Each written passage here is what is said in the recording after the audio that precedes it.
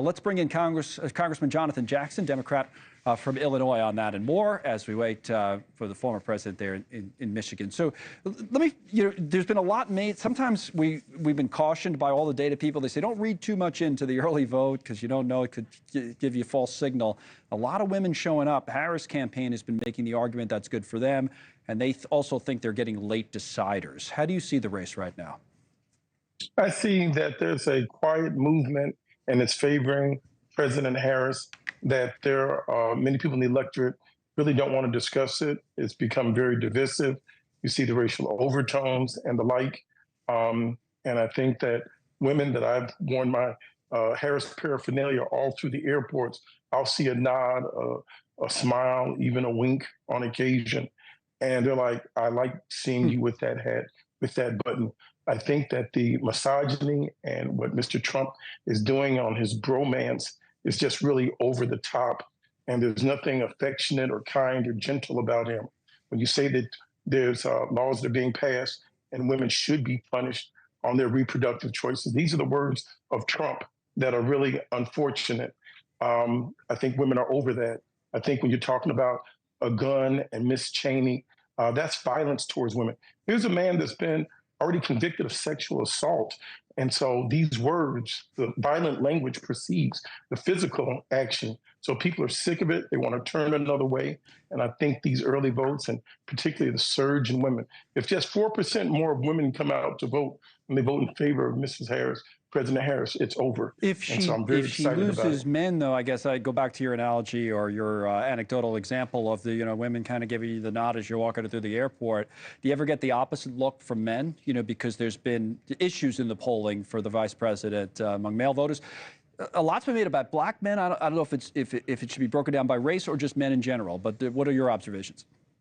Well, I think it's fair to look at black men, to look at white men, and to look at men that are married, look at men that are single. We can continue to slice and dice this. But for those men in general that are proud of their mothers, that are proud to be husbands, that are proud to have daughters, who has decency? Who can we look up to? This whole idea of calling her unattractive. I mean, he said that he's more attractive than she is. I mean, what man compares himself to a female? That's not very manly-like. And then talk about lock up Mrs. Clinton. Well, President Trump, we can agree on, he's lost the popular vote twice in the general election, and he's going to lose it for a third time.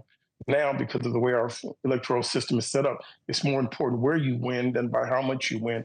He's going to end up closing that chapter on him. Let me ask you one final, in the Electoral College, one final question, Congressman, if I can, about the way people are talking at the end of this campaign. You mentioned some of the comments from the former president, how they're being, taken in by the electorate and what the Harris campaign is saying about them. Maybe that has an effect on late deciders.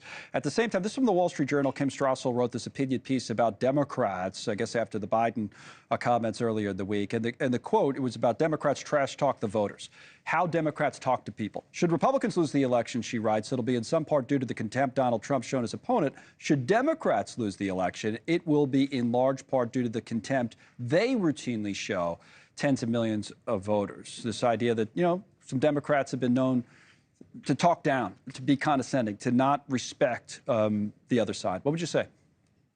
Yeah, I think I'd like to stay above all of the chitter chatter, the trash talking. Anything I say about President Trump is what's already been decided in the courts, and what he's done with Jean Carroll and so forth. All this is already above any sort of personal animosity. So I think those words, President Biden has cleared them up. He's made that clear. I don't think that should be attributed to President Harris at all. Those are not her words. She said nothing disparaging against black men. She said nothing disparaging against Trump voters. She's gone on a tour with Liz Cheney. She has been very clear in what her direction, her message is. So unfortunately, you get surrogates and other people, and those words should not be attributed to her. But if someone does say something and she cleans it up, I rest with that. Unlike with what President Trump did when the comedian had something very vile and foul to say about Puerto Rico, he wouldn't distance himself from it. So although it didn't come out of his mouth, he wouldn't take the time to distance himself from it. That's where I believe he ends up getting the something unfortunate on him. Thanks so much for watching. Just go to joinnn.com to find News Nation on your television provider. And don't forget to click the red subscribe button below to get more of News Nation's fact-driven, unbiased coverage.